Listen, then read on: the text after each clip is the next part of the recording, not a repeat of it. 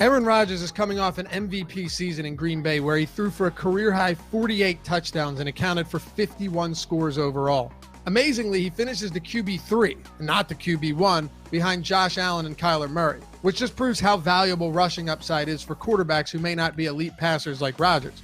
We'll get to that in a little bit. Since being installed as the Packers' full-time starter back in 2008, Rodgers has posted top 2 finishes at his position in 7 of 11 seasons, where he played at least 15 games. The other 4 finishes, 3rd, 7th, 10th, and 11th. He's currently being drafted as the QB 13 with a 112 ADP on Underdog, and as I'm sure you've heard me say many times before, basically no player is undraftable if they fall far enough in the draft. With the uncertainty swirling around Rodgers' status in Green Bay, there's no way we're drafting him as a top 5 or 6 quarterback right now, which is where he'd likely be going otherwise. But taking a shot on him outside of the starter range is huge. This is also where drafting earlier in the summer can help pay huge dividends if you're smart about it. And it's looking more and more like he'll play this year, whether that's for the Packers or somewhere else. But even if the damage in Green Bay is irreparable, there are teams who would surely love to have the 3-time MVP on their roster. Rodgers' lack of rushing upside limits his ceiling, and he's actually only eclipsed 4,500 passing yards once in his career. But he had the second lowest percentage of bad passes in the league last year at 14.3%. Deshaun Watson led the league at 14.2%. Rodgers was sacked on only 3.5% of his dropbacks and led the league in both adjusted completion percentage and passer rating. And if that's not enough, Rodgers was an absolute beast on end zone throws, with 25 passes to the end zone resulting in touchdowns. Not to mention, he also led the league with 4 touchdowns of 50-plus yards. And with a touchdown interception ratio of 155-24 over the last 5 seasons, you know you're getting an elite quarterback at less than half the cost, assuming, of course, that he's on the field for week 1. I'm beginning to think he will be. Matthew Stafford finished as a top 10 quarterback in all but 1 season between 2011 and 2017, but has since finished 20th, 29th, and 15th over his last 3 seasons. But upon further inspection, there's really no reason to be concerned. First, Stafford only had Kenny Galladay for 4 full games last season, where he was the wide receiver 11 over those weeks. Second, coaching hasn't exactly been stellar in Detroit, and by almost all reports, it seems like there wasn't a single player in the Lions locker room who had any respect for Matt Patricia over his 2+ years as the Lions head coach. Third, and maybe most important, Stafford was on pace for almost 5,000 yards and 38 touchdowns through 8 games in 2019 before a back injury sidelined him for the second half of the season. He did have good pass blocking last year, though, and Darrell Bevell wasn't exactly a bottom-of-the-barrel offensive coordinator. But when your top passing option is Marvin Jones and you rank 30th in the run game, things generally don't go your way. Now Stafford will replace Jared Goff in Los Angeles and play under a head coach in Sean McVay, who has been celebrated as an offensive genius for years now. The Rams' offensive line showed marked improvement in 2020 and got the run game working again after an ugly 2019.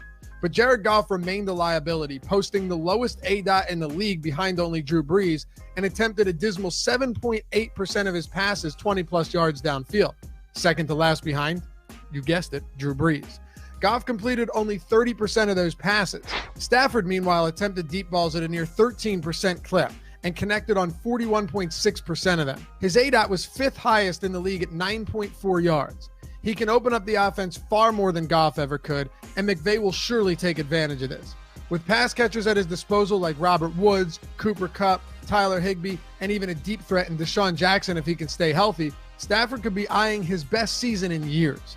He's the 12th quarterback going off the board on Underdog with an ADP of 105, which makes him a great addition towards the end of the 9th round.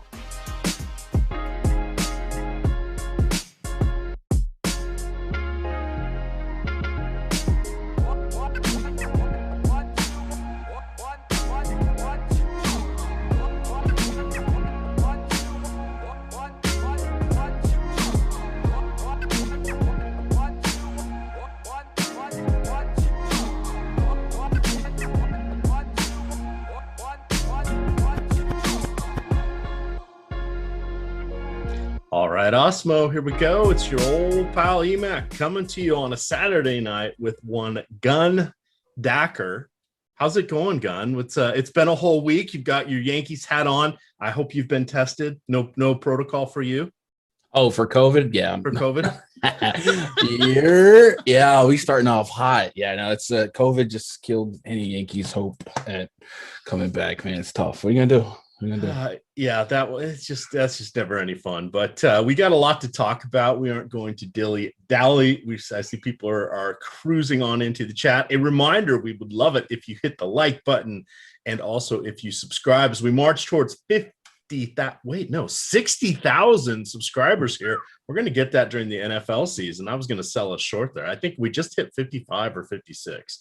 So we're cruising right along, but check that out. We have content all day long. Hit that notification bell, know when we go live. And then we have a new YouTube account, the Awesemo Fantasy Football account. You can check that out. Just type in Awesemo Fantasy Football in your YouTube search bar and subscribe to that one. We've got Matt Gajewski and Dave Locker and Lofty D. You know them, those guys. They're just churning out the content, best ball, different draft strategies, dynasty strategies, all sorts of goodness there. The other thing you can do is listen on the Awesemo Podcast Network. That's what I do. We have a separate football channel. It has all the football stuff in it. So I have subscribed to that one as well as the main channel that gets everything.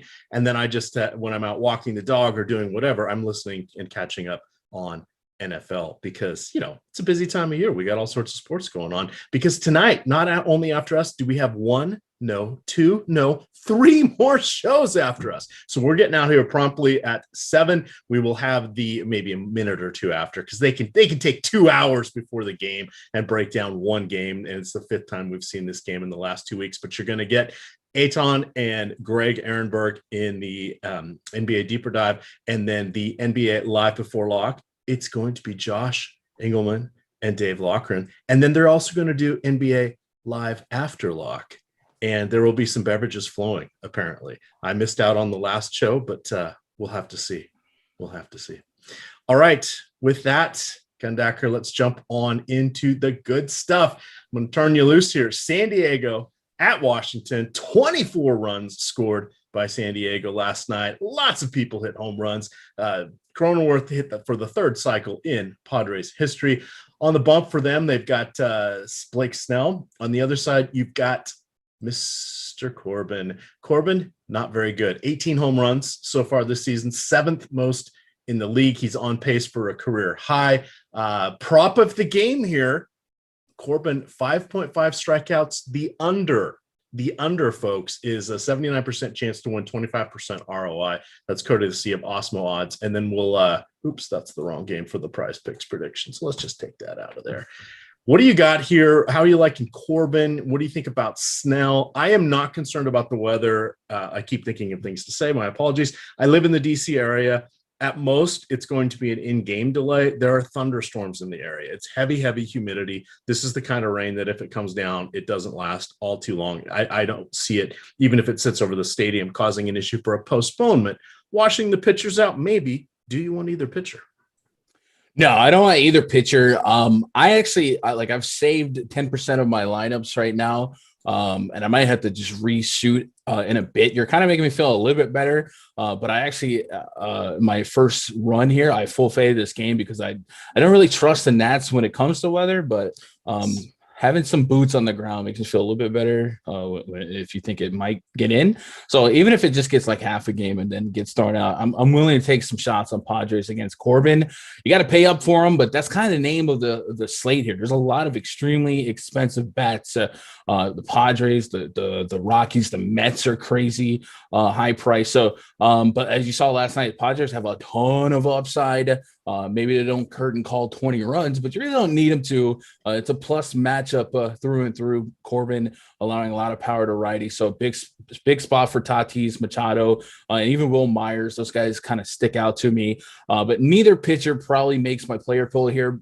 Blake Snell is not somebody that I trust to have a long leash as is. And then you add in some of the elements, the weather, whatnot. It's just not a guy that I'm looking for a high ceiling, and I don't have any considerations on playing Corbin. So it's really just a pitter patter of offenses. I do want some Padres stacks.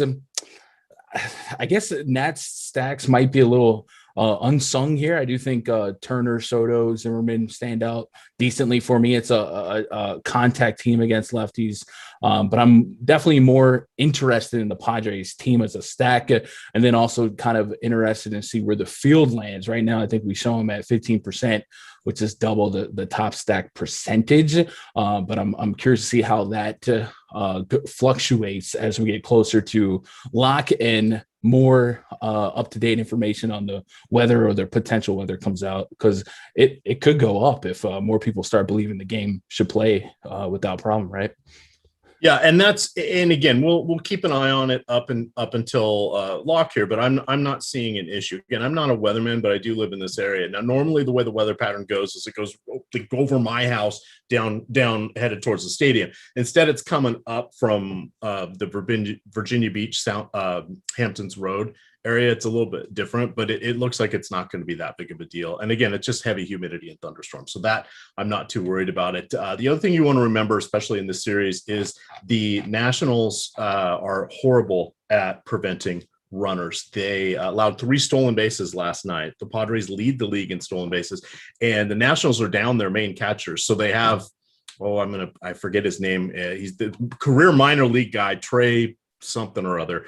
I think he's played in like 5 major league games, and the 2 games he's played in this year, I think he has 2 steals allowed. Yan Gomes and Alex Avila are on the injured list. So they traded for, I think it's Rene Rivera, I believe, who's not very good either.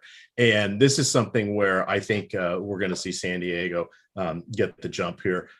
Corbin just to highlight how bad he has been over his last 4 games. He's allowed 6 home runs across 22 and 2/3 innings with just 18 strikeouts.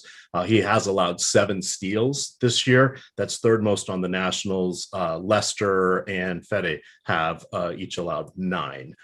Those don't seem like big numbers, but they actually are higher. They're not obscene, but for a lefty, so there's always the argument, Gun. What does a lefty do? He can't see the runner, but he can get it over the ball over there quicker if he knows their pitch out moves and stuff. So it's the age-old debate, but we'll have to see.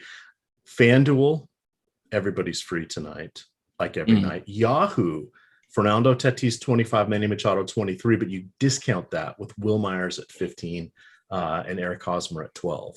So I like this stack across the board. I know they're popular. They're not quite Coors Field. They are the pivot away from Coors Field. Anything else from this game? This will be one of about 4 spots we spend a little bit of time on the offenses. So yeah, initially it looked like the Barrera kid was gonna catch, but I have Rene Rivera now. Okay. He's allowed 10 stolen bases this season, but he's thrown out 5. So it's still attackable. It really doesn't matter who's behind the plate. The Padres are one of the most aggressive base running teams in the league, so they're going to run on anybody. And I think they would have had more stolen bases yesterday if they weren't up by 24. Yeah, so at some point it's just defensive indifference, and they're not going to run. So definitely a good spot all the way around for the stack to pay off. Yeah, that's why I pointed out. They stumbled into 3 stolen bases despite having 24 runs. That's how wide open the base paths are these days when you're going against the Nationals. Moving on to our next game here, New York Mets at Pittsburgh. We have Taylor Megill going, and on the other side you have Mr.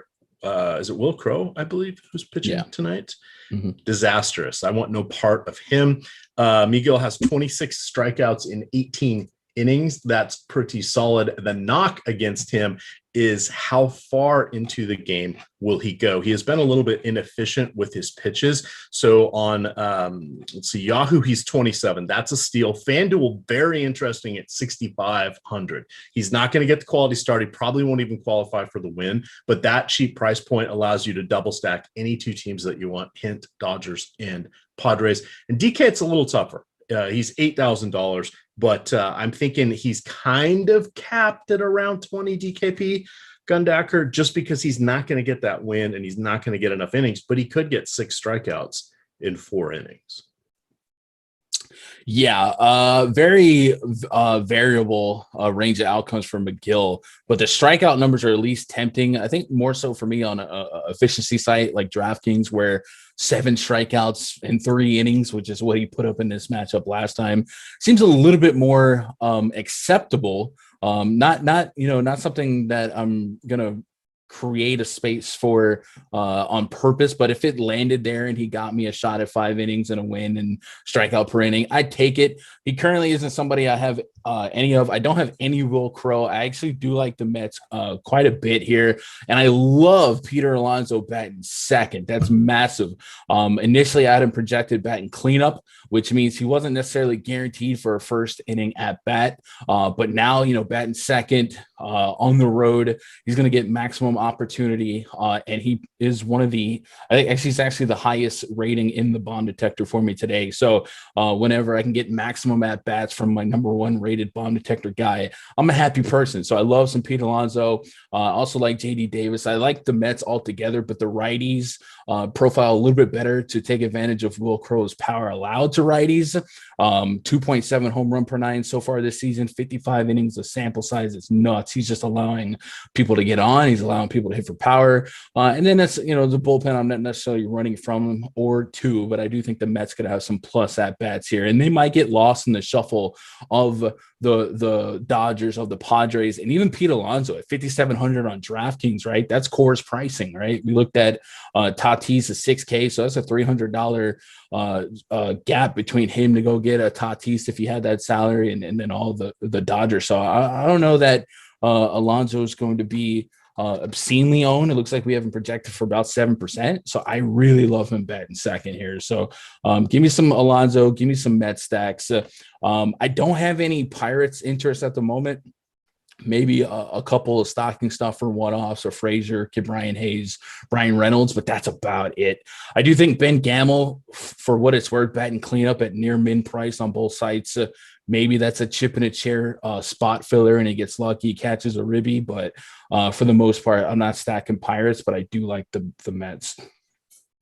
All right, that's going to take us to game 3 here. Again, we're going to be on a little bit of a hustle because we still have hours of shows coming on behind us. You've got the 9 o'clock tip-off between the Milwaukee Bucks back in Phoenix taking on the Suns. They've evened things up, so this should be a good game. You will get to see Greg Ehrenberg and Aton break it down on the NBA Deeper Dive, followed up by Lofty and Josh Engelman. And then live after lock, a little bit of a betting special.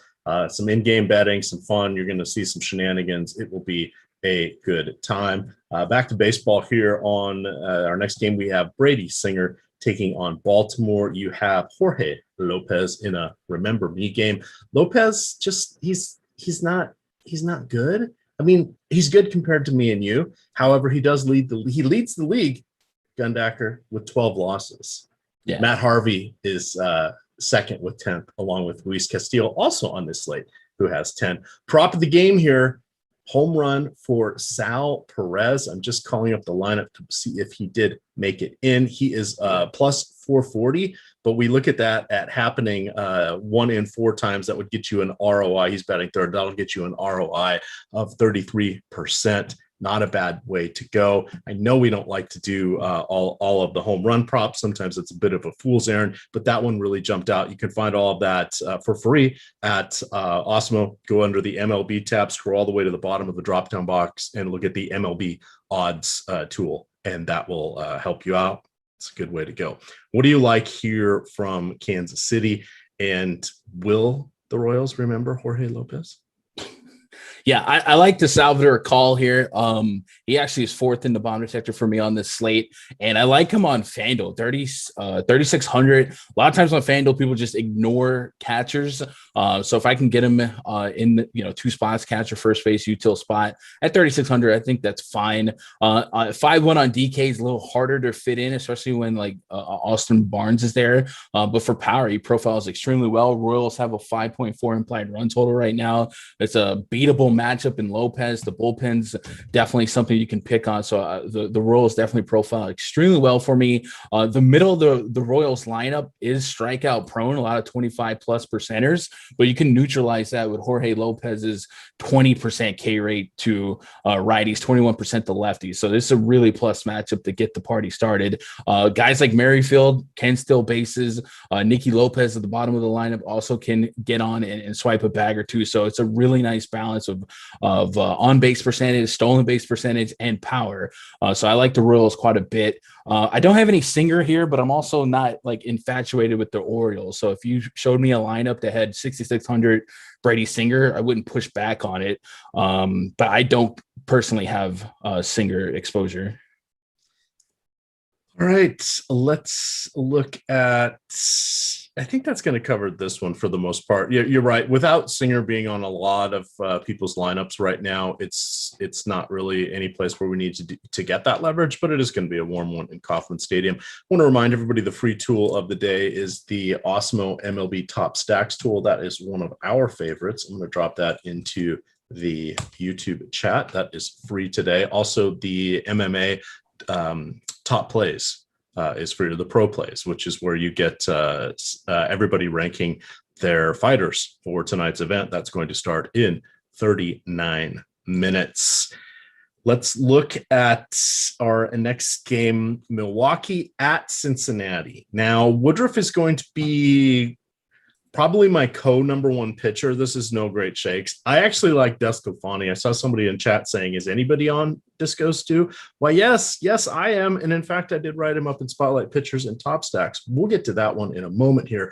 Milwaukee and Cincinnati. This is their 5th series of the season, Gundacker. This will be the 15th time these two teams have played. Brandon Woodruff will be facing them for only the 2nd time. However, this will be the 5th time that Castillo has gone against Milwaukee, just through the vagaries of MLB scheduling. I do want to point out Woodruff, I think, has gone 4 times against the Cubs. So it's not like he's missed out. He just hasn't missed out on going against Cincy.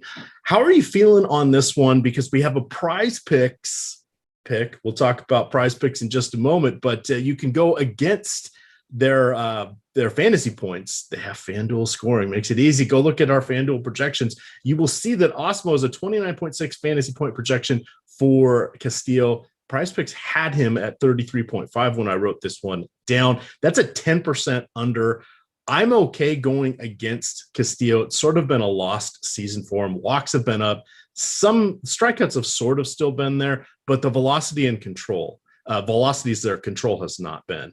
What do you like from this one? You think Castillo goes under that 33.5 points for the 5th time this team has seen him?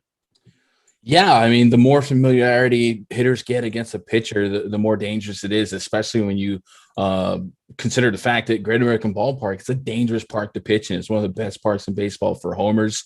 With that said, Castillo has been really, really solid at suppressing power. Just a 0.55 home run per 9 at home this season. The ground ball rate is pretty high. So I don't hate that number, because I don't have a ton of respect on the Brewers. A lot of, even now, like, I have to neutralize my expectations on Christian Yelich on a rolling 2-year period, because this year it's just not good. So if you if you stabilize Yelich's projections and then look at the rest of this Brewers lineup, it's not that stellar. A lot of 1-4 strikeout potential. So I don't hate that thought. 7,500 on DraftKings. If you just get me 2x there on a 14-15 DKP with the thought of maybe 20 plus being a range of outcome, I definitely think he's in the pool for me, or he is in the pool for me. And then I don't hate that projection there. A lot of weight on the PrizePicks and FanDuel projection for fantasy points is reliant on the quality start and win, which is a little bit more variable. So, if I'd first look at the K prop, and then if I didn't love the K prop, I'd maybe consider the projection there. But yeah, you can give me some Castillo. Woodruff is a little bit weirder. Like initially, like if I see Woodruff on a slate, I'm like, yeah, I want to play some Brandon Woodruff. But lately, and maybe it's coinciding with the sticky stuff evolution, his swing and strike rate is 19 minutes for the over-under on when we mentioned the sticky stuff. That could be a new personal record. I didn't know that was okay. Well, Maybe, all right. Well, but yeah, he's kind of topped out at like 10% swinging strike rate in the last 4 games. There's a 13% at Colorado, which is kind of crazy considering his scores. So you're kind of wondering now, is this what we should expect from him going forward? The strikeout numbers have been down, and it's a even though it's only his second start against the Reds, it's a back-to-back start. So in the most recent start, he allowed well over a hit per inning, 9 hits there, and just 4 strikeouts. So I'm actually kind of worried about Woodruff's output here. I do think he has a wide range of outcomes. I do think the ceiling is still worth chasing, but I don't necessarily love the matchup. I think the Reds at home are definitely a scary team to go up against. So I'm with you on Woodruff right now, currently being, ownership wise, one of my highest owned pitchers, but it's definitely not warm and fuzzy. And I have some head stacks in the bottom of my barrel to just in case at running back. It is a different Reds lineup than usual. So that's kind of helping me justify the exposure levels here. All right, so dropped in the link to Odd Shopper so you guys can see it yourself. The amazing tool that Odds shops for you, compares the wagers across multiple books. In this case, we've got 3 of them up for the pitching props today.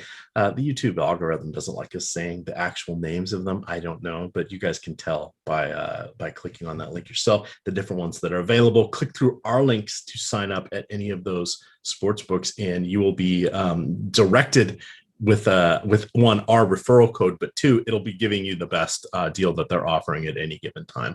So we keep that set up on our end. What you're seeing on TV and what you're seeing on the Twitter, the bet 1 to win 100, those are not good deals. You get way better deals coming in through our links because they know we will try to keep everybody alive and having fun. And that is a more valuable customer for them than someone who just finds something on Twitter or inundated by the commercials. Luis Castillo, 6.5 is his prop, 130 on the under. Woodruff, 7.5, 160 on the under. Right, that's a pretty big number there. So yes, that's a bit much, I think. Then those are not exactly eye-popping numbers either, with that juice pulling it down. What that means is more often than not, they expect to hit the under. So not particularly exciting there for Mr. Woodruff. 7.5 still solid, but if he only gets 6 or 7 strikeouts, that's not 8 or 9, which we really need tonight. Ready for our next one? I thought you never asked. Let's go to San Francisco. Well, technically, we're going to St. Louis because that's where San Francisco is playing tonight. Anthony DeSclafani, 10-3 record, 2.68 ERA, going against Kim. Kim was in the KBO last year. He has been solid, though not spectacular. He fits right into that crafty lefty mode already. Let's see. St. Louis, I think, is only going to have 2 lefties in their lineup, both of their switch hitters. Let me go click on their actual lineup. I say that because the Anthony DeSclafani lefties are the bane of his existence. So he's only got to face 2 tonight. Carlson leading off and Edman batting 6th. DeSclafani over the years has always been susceptible to lefty power. In particular, the last 3 seasons, he has shut that down this year. Just a 100 ISO. Oops, that is Anthony Kim. Let me go back there. DeSclafani has this season, too many filters up. He has a 159 isolated power, which for him is pretty solid considering it was well into the 200s. I think he's a worthwhile option here at pitcher. I don't think the popularity is going to be there with him. I know I'm paying top dollar. I'm a little nervous about Garrett Cole. We'll talk about that one soon enough. 48 on Yahoo, 9,900 on FanDuel, 9,400 on DraftKings.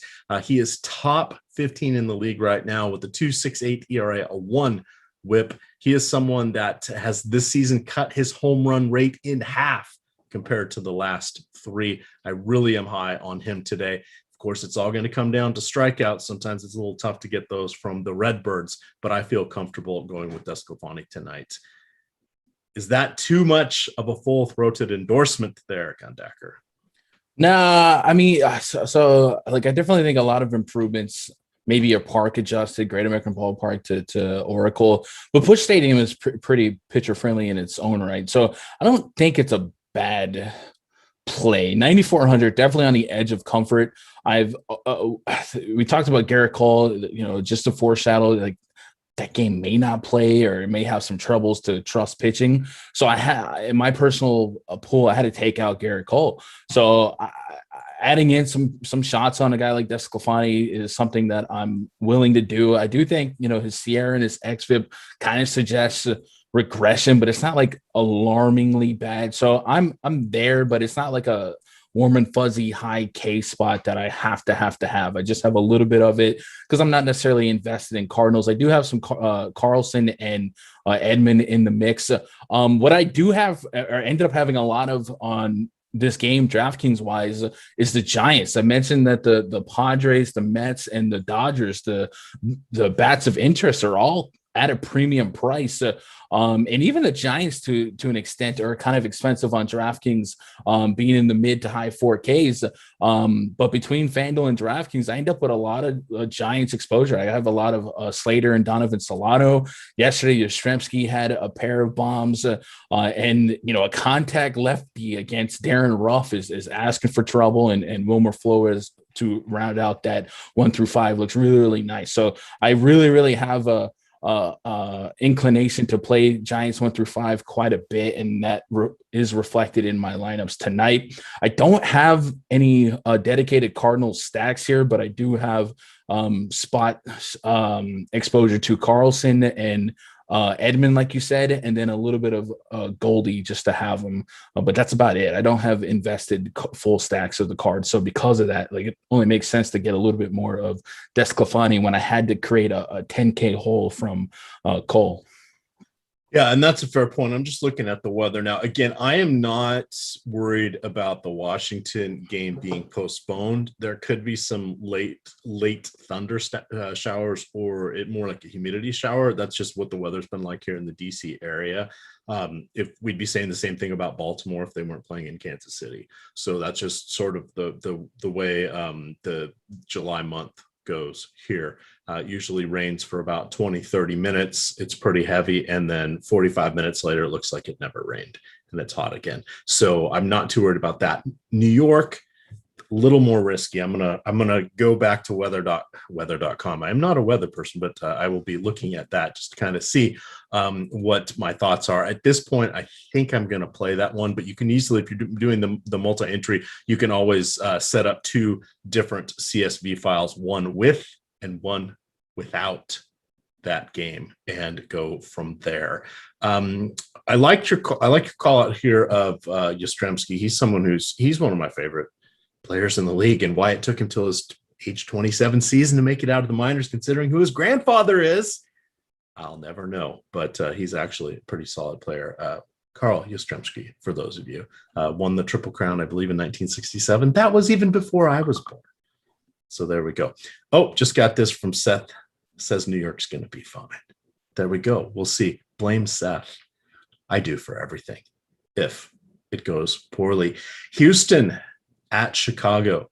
Jake Odorizzi, 3-4, 3.61 ERA. That's pretty good. I like to look at these every now and then because it's not something I always look at, except when I'm doing my run sheets here.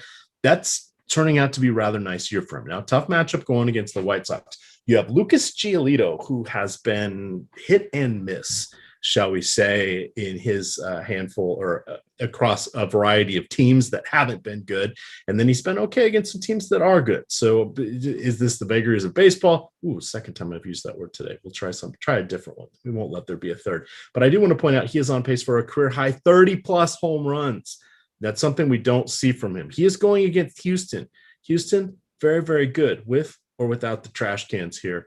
How are you approaching this game? I did hear Greg Ehrenberg mention that he felt on the strategy show today that Houston would be an interesting contrarian stack for him. He did not want to pile on to the Coors Field tonight, nor did he want to go to San Diego. Last night, he wasn't on San Diego or Coors Field. He was heavy on Toronto. He likes to play the percentages to if the chalk busts, which more often than not it will in baseball, he will be at least in a position to sort of break even, if not have a really, really good night. Would you consider Houston, a couple of Houston stacks going against Giolito here? And how do you feel about Giolito as an SP1?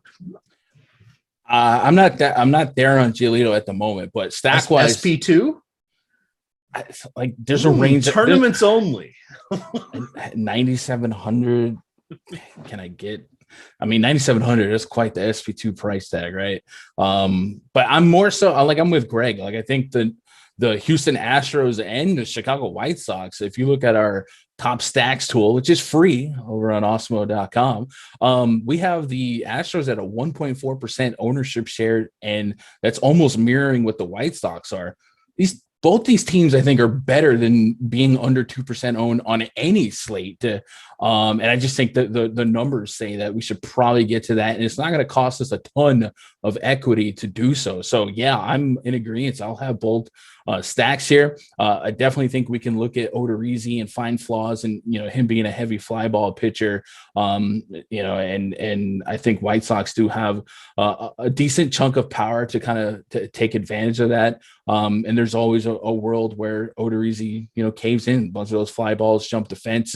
His xFIP against righties 3.65, xFIP against lefties 4.47. So he's been a lot luckier against lefties than his results suggest, with a 208 average allowed and a 0.93 home run per nine. So there's a world where they can build off of that. And then pushing back here against Giolito, the power numbers against righties are over double what we've seen in the last 2 years, which I don't quite understand why, because the fly ball rates are about the same, the hard contact rate, there's not like a big difference there, but he is allowing more power to righties. And just in general, the Astros are just a really solid team. They don't offer a ton of strikeouts anyway. And there's plenty of reason to be behind the Altuve, Brantleys, Alvarez. These are good hitters. So I do think I'm in agreement with Greg in that I have both of these stacks right now.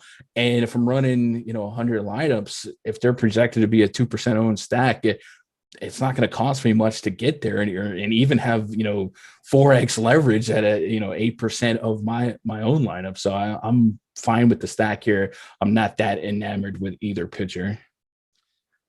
All right. Ooh, that's super loud. The voice was in your head? Well, no, I've got these new headphones, but it's like now I'm hearing myself like extra loud. That's odd. Oh man. I'll live with it. I think I turned off the noise canceling part of this. Now this is getting very annoying. But whatever. Bro. Now you guys have to hear me, or I have to hear me like you do. So my apologies. In any event, let's talk a little bit about PrizePicks here. PrizePicks is the sponsor of the show. We have a nice deal with them. If you use the promo code Awesemo when you make your first deposit, they will match you up to $100. How does it work over there? Well, they offer daily prop-based contests, and they want to help you with that deposit bonus. You're not going to be dealing with sharks, no optimizers, no mass multi-entries. To get started, you just choose 2, 3, 4, or 5 players that are available on their board to go over or under their projected prop or fantasy score. If you correctly pick a 5-player lineup, you can net up to 10 times your entry fee, that is. PrizePicks offers games with NBA, MLB, WNBA, NFL's coming soon, esports. They have highlight. They've got all sorts of goodness out there. All you got to do is download the app in the App Store or Google Play, or go to prizepicks.com. Again, make your first deposit using the promo code Awesemo, and they will match you up to $100. So here is the one that's going to get us into the New York game. You've got Garrett Cole at 39 fantasy points there on PrizePicks. Awesemo has him at 35.5. What is PrizePicks scoring? It's the same as FanDuel. So all you got to do is figure out what they're doing. You get the over-under there. It's a way to hedge potentially if you want to do that. This is a lofty total going against a pretty decent a pretty decent Boston squad. What do you want to do with Garrett Cole? I am going with this game. I've watched the weather a little bit. I'm going with it. Too late for me to take it out. Thoughts on the weather, thoughts on Cole, thoughts on PrizePicks. Yeah. So when it comes to weather, I really just rely on, you guys, the weathermen out there. This has been a weather-riddled season for the Yankees for whatever reason. Cole's coming off a 129 pitch appearance. So I don't think they want to curtain call that many pitches. And then we've seen a history of guys that go push the limits, end up, kind of getting babied and their follow-ups. Yes, there was definitely it's been 7 days since that game. But heck, you talk about in the Yankees world alone, like Corey Kluber went crazy on pitch count to get that no-hitter. And then, he lasted an inning after that and it was shut down. So I'm kind of hoping Cole doesn't get pushed much past 100 with the weather concerns. Even if like the game starts on time and there's like a mid-inning rain, I think that would better support our under projection, right? You said Alex's projection versus PrizePicks is already a plus spot, so it can only be even better for potential mid-game delay to kind of help Cole hit the under there. And it's just a really not great matchup. Red Sox are a really good team, and they have hit the Yankees really well. And outside of that Astros performance, Garrett Cole has been closer to average than we've seen him over the llast couple of years. So I'm kind of in line with all those under projections and predictions. The defense takes a hit here. I know, Aaron Judge being out is a big hit for that offense, and he feels that he plays a really good right field, but no Giovanni Urshela is huge for that corner spot. He locks down that third base side really, really well defensively. So this is a worse lineup, not just offensively, but defensively for the Yankees. So I think there's a lot of negatives in Garrett Cole's future here. And then kind of like yesterday from a betting standpoint, like the Yankees being favorited is so weird to me, considering all the misses that they have from this COVID outbreak. Most of their wins, especially lately, like that Garrett Cole CGSO came off of an Aaron Judge solo shot. Like Judge represents a lot. Giovanni's a good hit for average guy. So I would also think, there's some value in Red Sox plus 120 as is, just to win the game, as Eovaldi can kind of build off of a decent strikeout lineup that's bottomed out with some very poor power hitters and who's that, right? Chris Gittens, LeCastro, Greg Allen in the bottom here. So I hope I'm wrong there, but like I don't have much faith in this spot for the Yankees. So I'm with all the Garrett Cole under projections. I don't have Eovaldi, but if I believe that this game would play without an issue, I do think it's a world where Eovaldi can have a solid game at 8,400. So I'm there. I don't have much on offenses, but I also kind of came into this game not expecting a full 9. Yeah. And that makes a lot of sense here. I'm just checking out what some of the notable people on DFS Weatherman on Twitter are saying. I'm not gonna worry about it too much. Now, what I will do is I will isolate this game. I will not let there be one-offs from this game in the rest of my lineups. I will set up 10% of it to go with stacks. I will probably have 15 to 20% of Garrett Cole, and then I'm just gonna pull them out of my player pool and then just go from there. Again, the Washington one I'm not worried about. We don't have any postponement risks, but there could be in-game delays. The Washington one, I don't think it will be much. The Yankees one, it looks like there's a storm that's going to go sort of to the east of the greater New York area. If that changes, and it very well could because it is weather, it's not going to take that much for it to go over the stadium. Now, if it ends up being slow, the bulk of it goes over the stadium, etc., we're in trouble. And we know these teams are going to play again, and they already have to make up one PPD for the COVID thing. So I really think this game's probably going to get in. Could there be a delay, and does that really hurt Cole? Yeah, if he only gets 4 innings and then doesn't come back. But I'm hoping it's warm enough and the delay wouldn't be too long. As long as it's in the half-hour range, there's a chance he would still come back out and pitch. Go ahead. I want to add a couple more, another layer here.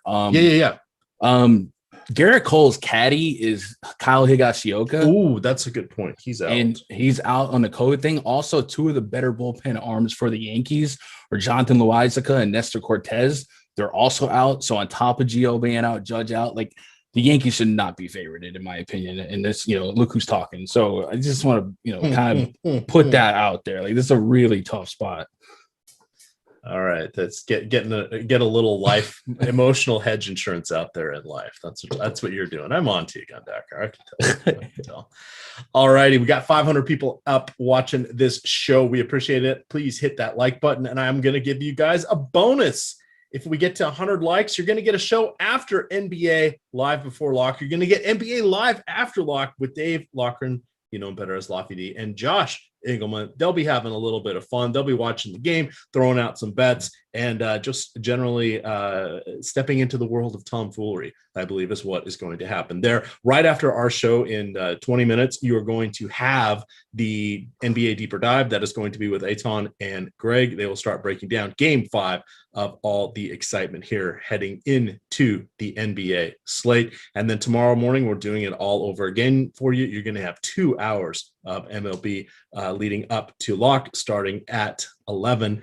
And then again at 12, there will be the deep dive, and then there will be live before lock. We got all sorts of sports going on. There's NASCAR as well. That show is already in the can, as they say right now, and you can watch it on the Awesemo YouTube network. We also have the Awesemo Fantasy Football YouTube channel. That is where all of our best ball content is going. You've got countless videos coming out every day from Lofty and Matt Kajeski. It's a lot of fun. Check that out there. You can also subscribe to the Awesemo Podcast Network. We have so many ways that you can consume Awesemo.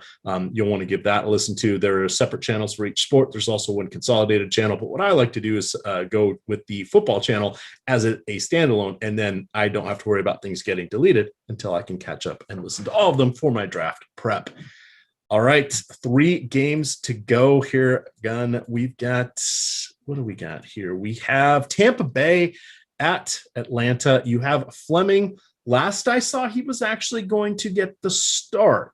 He has vacillated between being a starter and a bulk guy. We have seen him go up to 100 pitches. We've seen recently him go below 70. I'm expecting around 70 pitches. Feels like about a right expectation for him tonight. Is he stretched out, and could he go more if things are going swimmingly? Sure. If things go horribly, will they pull him? Yeah, they've done it multiple times already this season. So he's someone that I'm rather tepid on, but I wanted to point out that his numbers look really good. 7-4, 3.26 ERA. It's because when he has an opener in front of him, it gets him to be the pitcher of record through the 5th inning, gets him a little bit better chance for the win as the bulk guy. So on the other side, you have Max Fried, 6-5 record, 4.7 ERA. So I didn't really know what to do with him. However, we have to point out that Tampa Bay, while they do get the park upgrade, they now have the pitcher hitting. And then the other knock against them, they're not that great against lefties this season. Yeah, losing the DH spots, pretty notable for any AL team. I kind of want to see how Cash coaches NL games, especially if he's working with an opener. Fleming's not somebody I'm expecting to go deep regardless. So if you get 3 to 5 innings, sure, but I probably wouldn't even bank on that. 6,200, I don't have any of them right now. Even though the Braves are kind of a team we're waiting for, some pick-on spots, losing Acuna, unfortunately, and it seems like they might be knocking on the door of just kind of shutting down. I have a little bit of loose interest in Max Fried at 7,800, just kind of hoping for a shot at 20 DKP. You mentioned it, the Rays not, as good against lefties this year with some decent to high strikeout rates. Meadows at 28%, Ji-Man Choi 27%, Brett Phillips 42%, the pitcher spot there. Although there's a good chance they don't bat the pitcher more than once or twice throughout the game. So we'll see how that kind of shakes out. You probably see a couple double switches by Cash. He's somebody who switches out this lineup on a AL rule game quite frequently. So I don't even and because of that, it's kind of hard to rely on a lot of Rays to play 9 innings. I think Franco, Diaz, Rosarena, guys like that, sure. But you definitely could see, some of these other guys not lasting the full 9. So I have a little bit of Fried interest. I don't have full stacks of either team. I don't have any Fleming.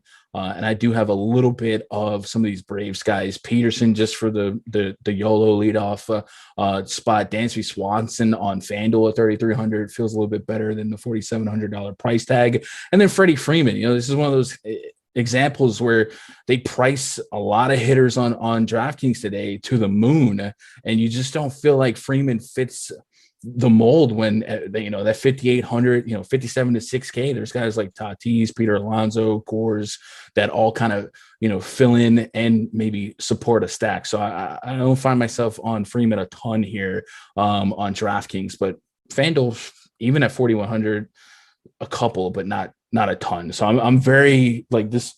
If I didn't have any of this game, I don't think I would lose much sleep. All right.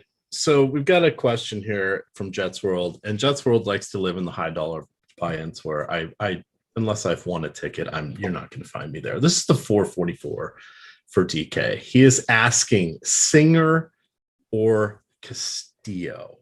Now, I will point out that Singer has not had 20 DKP yet this year. I will also point out that Castillo's only done it twice, and he has more single-digit or negative games than Singer. So my answer, Blake Snell. I think you go to Blake Snell in this one. How are you feeling about that one? That's a 444. So I want to take a little moment to think about that. That's a chunk of change. I think Castillo at least gives me hope for strikeouts. 12.6%. He would be my choice over Springer. Singer. But I will go Snell over both of them. Yeah. I mean, I'm not in love with Snell either, especially. No, I don't think he's going to get 5 innings. I think he gets 4 and change and 7 or 8 strikeouts. Like even so in neutral environment, the Snell versus Nats is not a strikeout spot anyway. And at worst, it's going to be humid, right? So I'm not there on Snell. So I'd probably take Castillo in that spot. Brewers are pretty bad. Castillo's a heavy ground ball guy, does have, a swing and strike rate to suggest he can get to some strikeouts. It's not a warm and fuzzy click, but in a 1v1, I probably go for him just because he can miss more bats than Singer usually does. All right. Oh boy, what a tangled web we've a couple more games here. We've got about 10 minutes to go, so we can get on out here so we can start the other show.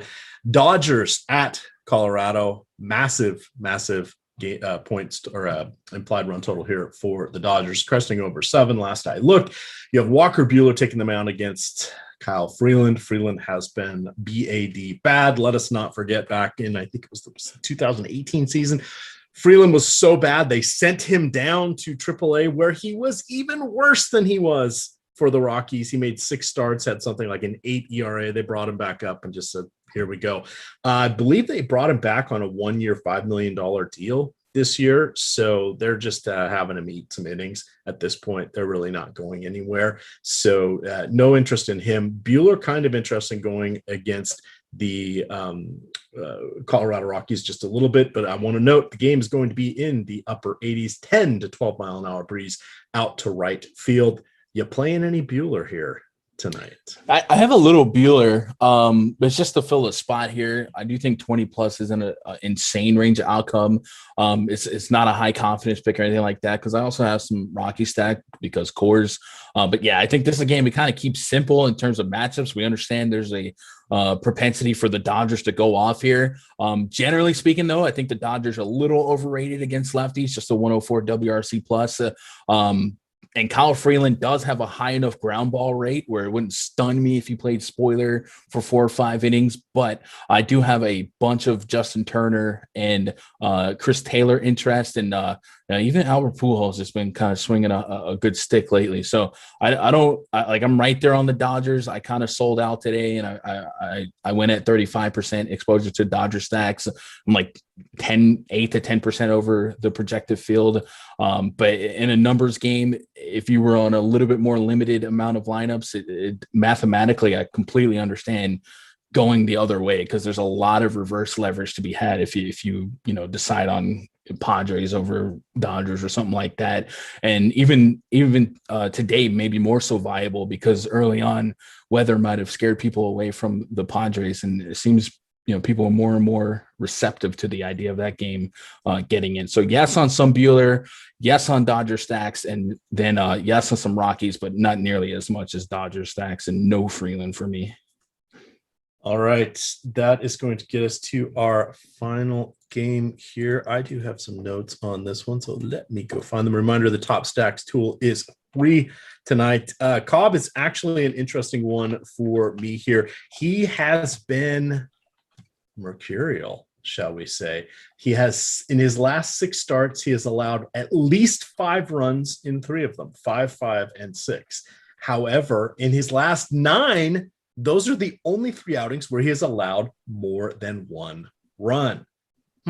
Not totally jiving. It hasn't completely coincided with the sticky stuff, my turn to say it, situation that is there. The Mariners do strike out a fair amount. A third highest rate against righties, 25.5. this season, aside from Mitch Haniger and Kyle Seager. No real worries amongst their hitters there. I'm okay going with Cobb. On the other side here, you have Yusei Kikuchi. Did you know that Kikuchi and Shohei Ohtani went to the same high school in Japan? I did not know that. They did not play at the same time. When Kikuchi graduated, the next year, Ohtani was a freshman. They did share the number 17. Both were pitchers, of course. They played against each other in the Japanese league, the NBR, the Nippon Baseball. I forget what the R stands for, but that's a good. Let's see. I'm just looking. The NPB is what it is. My notes are not the best. My B's and my R's look the same. So let's see. We have seen them face each other a few times in that league. 2 different games. Ohtani was, across those 2 games, was 2 for 5 with a double and 3 strikeouts. So far in Major League Baseball, Ohtani has faced him 9 times, going 4 for 9, 2 home runs, a double, and 3 strikeouts. Just wanted to point that out. I think it's kind of fun. Kikuchi does allow a little extra power to fellow lefties. Ohtani does bat from the left side. Advantage Ohtani in this one. I think they're both pitchers in this game are in play. I would lean more towards Cobb. What did your analysis bring you with Cobb? Is this a mirage? Is this just sticky stuff? What's going on here with Cobb? No, all season long, Alex sample Cobb, size. He's unlucky. He's the unluckiest pitcher in the league, in my opinion. Even in that his last start was against the Mariners.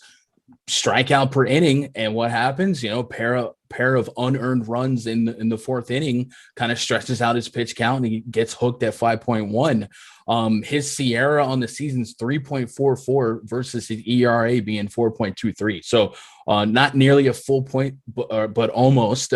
And his K percentage is up there. Swinging strike rate stuff is there. It's there. But for hooker by crook, his luck has not been on his side, and I just keep playing him. Why can't I quit you? I'm stuck on Alex Cobb, 8,200. Right now, he's my highest owned pitcher. Kind of tied with Woodruff, but I think I have a little bit more Cobb than Woodruff. At 8,200, I'm just taking the plunge here. I feel like 15 is my median expectation. I do think 20 plus is a decent range of outcomes. So I'm there on Cobb. Kikuchi is a little bit of a tougher spot. Like we all agree he's a good pitcher, and I think especially we break down that cutter, but this Angels lineup, I guess it came out a little bit different than I was expecting. There's a bunch of no strikeout guys and a bunch of 30% strikeout guys, but one of those 30% strikeout guys is Shohei Ohtani, and that's kind of a gamble I don't really need to take. And the same with Jared Walsh. So I'm very limited on Kikuchi exposure just because of the price tag. I'm not sure how much upside is still left in it. But I do have a ton of Cobb here, and I don't have either team stacks, but several one-offs. Obviously, when Cobb does get hit so far, he does allow a higher average to righties. But if you believe in that luck regressing, his xFIP to righties is 275, and the average allowed is 283. So even that can go backwards with that 53% ground ball rate. So give me Cobb, a little bit of Kikuchi, and just cherry picking bats.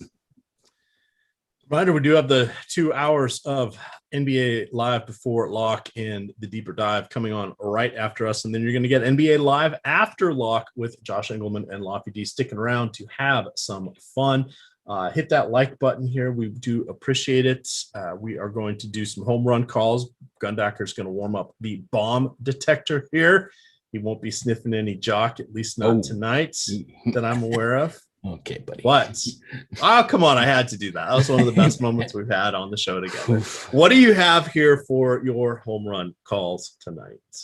I got Pete Alonso at the top, JD Davis behind him, Fernando Tatis at 3, Salvador Perez at 4, then AJ Pollock, James McCann, and Rene Rivera, and then Justin Turner. Those are all the 4 pluses that I believe in. All right. I wanted to point out the Cobb is the prop of the game here. He has an over of 5.5 strikeouts 60% win rate, 24% ROI. That may have just adjusted just a tiny bit now that we have an official Seattle lineup, but if you are into sports wagers, that would be one I would look at. We want to give a shout out here to PrizePicks for sponsoring the show. Use the promo code Awesemo and get a $100 deposit match with your first deposit. They'll match you 100% up to that $100. That's a nice way to start your account out. You've doubled your money already. Go check them out. They have an intriguing twist on prop bets. They also allow but it's allowed in daily fantasy sports because they do it with a fantasy sports twist. You're doing fantasy points. You can do actual statistical bets as well, but you choose 2, 3, 4, or 5. Make your own little parlay card there. If you have 5, get all 5 correct. You'll get 10 times your buy-in. With that, we're going to get on out of here for the NBA shows. You can follow Gundacker on Twitter at Gundacker. I am at EMac DFS. It is Awesemo_COM. With that, gamers, good luck. Tyler's the best.